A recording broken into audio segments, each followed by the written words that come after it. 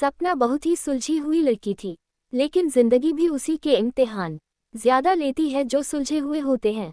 कम उम्र में शादी हो जाना, जल्दी बच्चे हो जाना, कभी किसी का साथ न मिलना, उसके जीवन के ऐसे पहलू थे जिनकी वजह से वो बहुत तनावग्रस्त रहने लगी थी। एक दिन सपना अकेली बैठी हुई थी और सोच रही थी कि उसके जीवन के जो सबसे खूबसूरत पल थे उन्हें उसने जिम्मेदारियां निभाते निभाते खो दिया। जिम्मेदारियां कभी खत्म नहीं होती और ना ही आप हर किसी को संतुष्ट कर सकते हो। बेहतर है जिम्मेदारियां निभाते निभाते खुद के बारे में सोचे। अब सपना को अपने जीने का मकसद मिल गया था। उसने सिर्फ खुद की संतुष्टि के बारे में सोचना बेहतर समझा। वो अब खुश रहने की कोशिश करने लगी थी। धीरे धीरे चीजें सुधरने लगी। वो अब सारा समय अपने पति, बच्चों और खुद के साथ बिताने लगी, क्योंकि वो सभी अब उसके लिए मायने रखता था। उम्र के जिस पड़ाव को वो पीछे छोड़ आई थी, अब वो उस हर पल को जीना चाहती थी। दूसरों को खुश रखने की होड़ से उसने खुद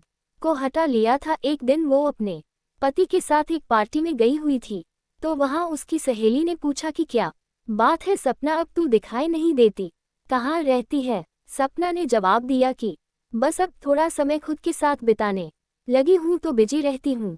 इतने में उसकी दूसरी सहेली भी वहां गई, जो सपना से बात कम उसको ताने ज्यादा मारती थी। शिल्पा, सपना की दूसरी सहेली ने कहा, क्या बात है, कुछ अध्यात्म के रास्ते पर चल निकली हो क्या।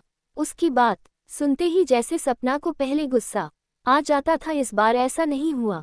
सपना ने बड़े ही शांत स्वर में कहा कि जिम्मेदारियों ने आध्यात्मिक बना दिया और ये भी सिखा दिया कि जिनको आपकी जिंदगी के बारे में कुछ भी नहीं पता होता वो आपकी जिंदगी में सही मायने में रुचि रखते हैं जैसे तुम, और जो आपके बारे में सब जानते हैं वो आपसे निस्वार्थ प्यार करते हैं जैसे मेरा परिवार। शिल्पा के कदमों तले जमीन निकल गई, क्योंकि ये डिपार्टमेंट टोंट मारने वाला उसका था और आज सपना ने उससे वो हथिया लिया था।